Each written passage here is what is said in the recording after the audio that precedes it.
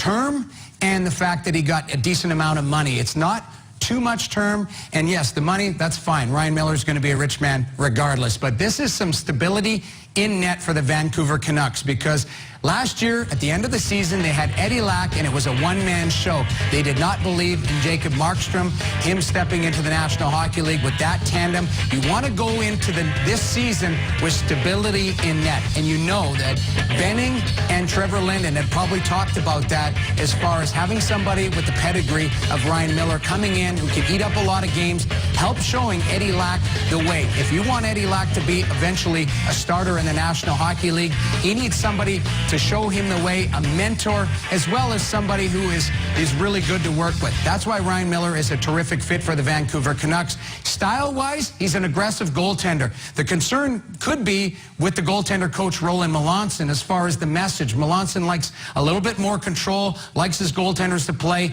in the blue paint. Miller's an aggressive goaltender who likes to play just outside that blue paint. So the relationship, that could be something that you have to keep your eye on. But at the end of the day, you look at what Ryan Miller could bring to the Vancouver Canucks, that stability in net as they try to fight to get back into the playoffs. So overall, I like this signing by the Vancouver